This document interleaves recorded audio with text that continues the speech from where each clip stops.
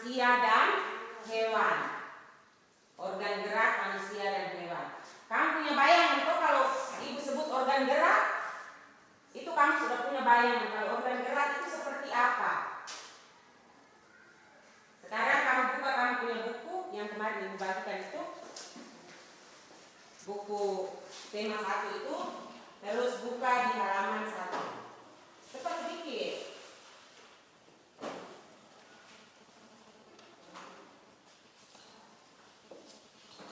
Sudah. Organ gerak hewan dan manusia. Ini sudah ibu tulis di papan sini. Untuk subtema 1 kita mempelajari khusus tentang organ gerak hewan. Tentang apa? Organ gerak hewan. Jadi untuk subtema 1 ini kita mempelajari khusus untuk hewan. Ya. Ya, jadi dengan tujuan pembelajarannya seperti ini. Yang pertama, kamu bisa menyebutkan alat gerak hewan dan manusia secara benar.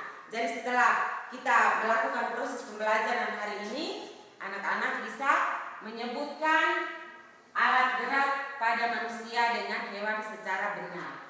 Terus yang berikut, kamu bisa menentukan ide pokok paragraf dengan tepat. Kemudian kamu bisa mengembangkan ide pokok menjadi sebuah paragraf secara runtut. Kemudian untuk kegiatan yang terakhir itu kita berdiskusi bersama setelah kita mempelajari organ gerak hewan, kita melakukan diskusi bersama untuk menyelesaikan soal-soal yang nanti akan diberikan. Yang pertama, kamu buka halaman 3. Di situ ada bacaan. Kira pakai buku nanti. Ya. Hewan misalnya kelinci. Sekarang kita dalam untuk semester untuk subtema 1 ini kita mempelajari organ gerak khusus hewan. Dari manusia nanti di pembelajaran yang berikutnya. Jadi misalnya kelinci. Hewan kelinci misalnya. Siapa yang sudah pernah lihat kelinci? Sudah pernah lihat kelinci? Lihat di gambar di TV atau lihat langsung? Lihat langsung toh? Iya, kelinci itu punya berapa kaki? 4. Punya 4 kaki. Berarti dia punya berapa pasang kaki? 2 pasang toh? 1 pasang kaki depan dan 1 pasang kaki belakang. Kira-kira fungsinya untuk apa? Gerald, fungsi dari kaki kelinci itu untuk apa? Untuk berlari, apa lagi? Melompat dan meloncat. Ya, jadi ada kaki depan, ada kaki belakang. Jadi seperti kamu lihat di dalam gambar itu ada gambar kelinci kan di situ? Ya, kamu lihat ada kaki depan, ada kaki belakang. Jadi kaki belakang itu sebagai yang punya tumpuan. Tungkai di kaki belakang itu lebih panjang daripada yang kaki depan. Ya toh? Jadi setiap manusia itu, setiap hewan itu mempunyai organ gerak. Dan fungsinya itu adalah untuk bergerak. Kamu sudah pernah dengar toh kata bergerak? Bergerak itu adalah salah satu ciri dari makhluk hidup. Bergerak. Bergerak itu apa? Mati. Sebentar ibu ada di sini. Terus ibu pindah ke sebelah sana. Nah, ini juga namanya bergerak. Tadi kamu ada di rumah, terus sekarang kamu sudah ada di sekolah. Itu yang kamu lakukan itu bergerak. Bergerak itu apa? Cari. Berpindah tempat. Ya. Bergerak itu kita berpindah tempat. Jadi kita bergerak itu sistem organ gerak kita itu bekerja. Jadi organ gerak manusia dan hewan itu sama. Secara umum sama. Jadi ada tulang, ada otot. Jadi ada 2 organ gerak pada manusia dan hewan itu ada 2, yaitu yang pertama itu organ gerak aktif. Itu yang kami baca tadi ada di situ toh. Organ gerak aktif itu berupa apa? Berupa otot. Terus yang kedua itu ada organ gerak apa lagi? Organ gerak pasif. Itu berupa apa? Berupa tulang. Jadi untuk organ gerak manusia dengan hewan itu mempunyai kesamaan seperti ini. Ada organ gerak aktif, ada organ gerak pasif. Organ gerak aktif itu otot, organ gerak pasif itu adalah tulang. Jadi secara garis besar itu, secara keseluruhan itu organ gerak manusia dengan hewan itu sama. Yang seperti kamu baca tadi itu ya. Jadi ada organ gerak aktif yaitu otot, organ gerak pasif yaitu tulang. Sekarang ibu mau tanya dulu, kamu tadi sudah baca tuh satu bacaan itu. Mengapa tulang ini disebut organ gerak pasif? Coba lihat yang kamu baca tadi. Mengapa tulang itu disebut sebagai organ gerak pasif? Karena tulang tidak dapat bergerak dengan sendiri. Karena tulang tidak dapat bergerak dengan sendirinya. Coba kamu bayangkan saja kalau kita punya badan ini tulang semua, tidak ada otot. Tidak ada otot yang menempel di kita punya tulang. Berarti kamu toh tidak bisa bergerak toh? Atau kamu bergerak kalau tulang saja ini? Tidak ada otot yang menempel di tulang. Berarti kita tidak bisa lakukan kita punya tangan, kita tidak bisa lakukan kita punya kaki, tidak bisa bergerak ke sana kemari, ya toh? Karena kalau tulang saja berarti kita kaku. Kamu sudah pernah lihat rangka? Rangka manusia tuh kan? Pernah lihat? Pernah toh? Itu dia lurus saja atau bengkok kiri bengkok kanan? Lurus saja toh? Jadi bagaimana kamu membayangkan kalau kita hidupin kita dengan tulang saja, tidak ada otot. Tulang dengan otot itu bekerja sama membentuk sistem gerak. Kita bisa bergerak sana kemari. Itu karena ada tulang dengan otot. Jadi kenapa tulang itu disebut organ gerak pasif? Karena tulang itu tidak dapat bergerak sendiri. Harus dibantu dengan otot. Bisa toh? Nah, jadi setelah kamu membaca itu habis, sudah sampai paragraf kelima toh? Bacaan itu terdiri dari 5 paragraf. Nah, berikut. Olah. Teks yang kamu baca tadi judulnya apa? Tina? Organ gerak manusia dan hewan. Make, ada berapa paragraf dari bacaan yang kamu baca tadi? Ada 5. Ya toh? Ya, sekarang tadi itu Charlie sudah kasih tahu kalau kamu di kelas 4 itu sudah mendapat pelajaran tentang ide pokok dan kalimat pengembang. Ide pokok itu adalah apa tadi Charlie? Ulang dulu. Gagasan yang menjadi dasar dari sebuah paragraf. Itu namanya ide pokok. Kemudian dilengkapi dengan kalimat pengembang dan menjadi satu paragraf yang utuh atau runtut. Nah, sekarang kamu kerjakan soal di belakang itu secara kelompok. Jadi satu kelompok terdiri atas 3 orang. Satu kelompok 3 orang, kamu bentuk kelompok sudah. Jadi meja ini tetap begini, Charlie maju di sini, Bai maju di sini, kamu 3 segera duduk di sana. Tugas yang akan dikasih nanti itu mencari ide pokok dan kalimat pengembang. Di kelas 4 sudah dapat ide pokok? Siapa yang masih ingat? Ide pokok itu apa? Cari. Ide pokok adalah gagasan yang menjadi dasar sebuah paragraf.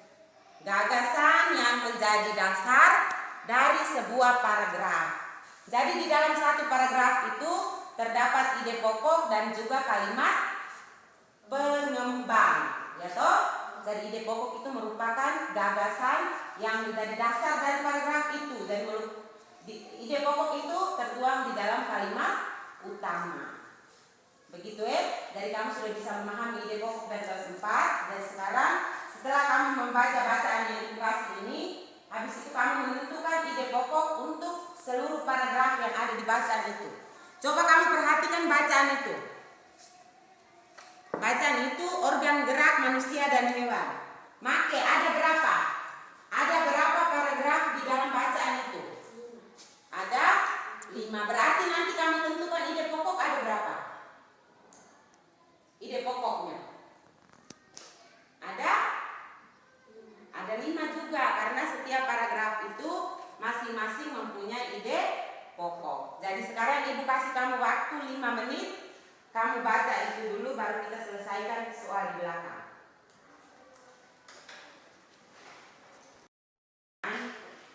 Sebentar, setelah ibu baca dulu bapak, ibu kasih itu.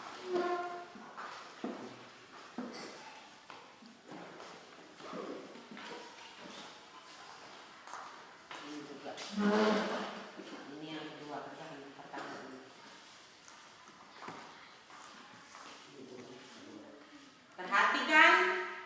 Perhatikan di LKS yang pertama. Teks itu berjudul organ gerak manusia dan hewan. Terus sudah dijawab tadi ada 5 paragraf, kemudian ada ide pokok dan juga kalimat pengembang. Nah, ini sudah dikasih contoh untuk paragraf yang pertama. Itu ide pokoknya itu terdapat di awal kalimat. Ya, ide pokoknya sudah dikasih contoh ini. Jadi coba kira baca ide pokoknya. Salah satu ciri dari makhluk hidup adalah bergerak. Nah, itu ide pokoknya. Salah satu ciri dari makhluk hidup adalah bergerak. Nah, sekarang cari baca kalimat pengembangnya. Kalimat pengembangnya. Kamu juga sementara perhatikan di situ, Kalimat utama yang membuat ide pokok ini bisa berada di awal paragraf, di tengah paragraf atau di akhir paragraf. Ya. Di awal paragraf, di tengah paragraf atau di akhir paragraf. Nah, itu kan sudah ada contohnya toh? Sudah ada contohnya. Jadi kamu susun lagi untuk paragraf yang berikutnya. Paragraf kedua, paragraf ketiga, paragraf keempat dan kelima. Buat seperti contoh yang paragraf ke-1 itu, paragraf pertama itu. Kerjakan sudah. Soal itu ada di buku juga.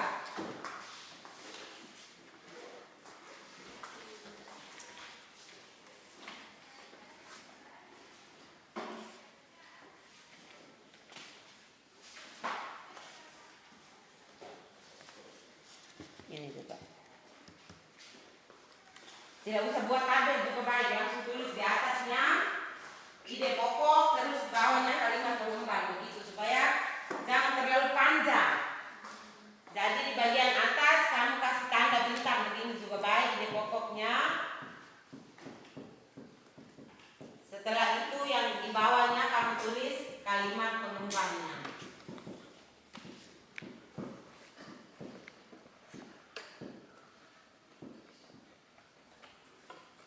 Tadi itu paragraf pertama sudah jadikan contoh toh, jadi kamu kerja mulai paragraf kedua. Paragraf kedua dan seterusnya sampai paragraf kelima. Kerjakan sudah. Lihat seperti contoh Contoh yang sudah dikasih tahu di atas paragraf 1 itu ini contoh ini. Ide pokoknya apa, kalimat pengembangnya apa. Sekarang kamu kerjakan mulai di paragraf kedua. Lihat bacaan yang ada di sini. Bisa toh make? Bisa toh? Ini nih ditanya teman-teman.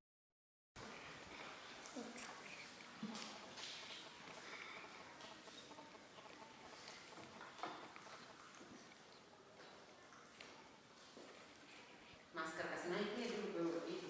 Berapa? Ini mereka bilang.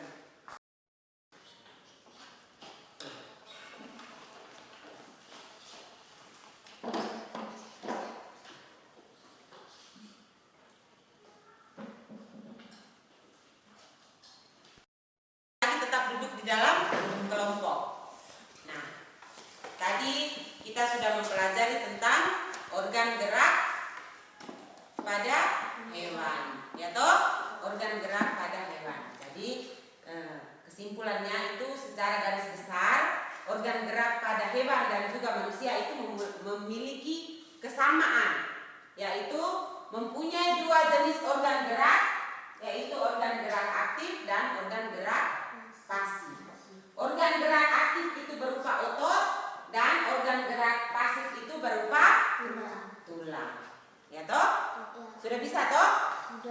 Jadi nanti kalau kita sudah habis di sini terus kita pindah lagi ke pembelajaran yang berikutnya, pada dasarnya kamu sudah tahu organ gerak pada hewan dan manusia itu punya kesamaan, yaitu memiliki dua organ gerak ini.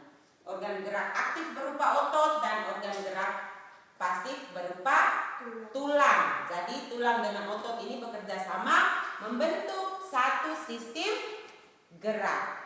Bisa toh? Bisa. Kita hari ini dengan doa. Semua berdiri, kita berdoa.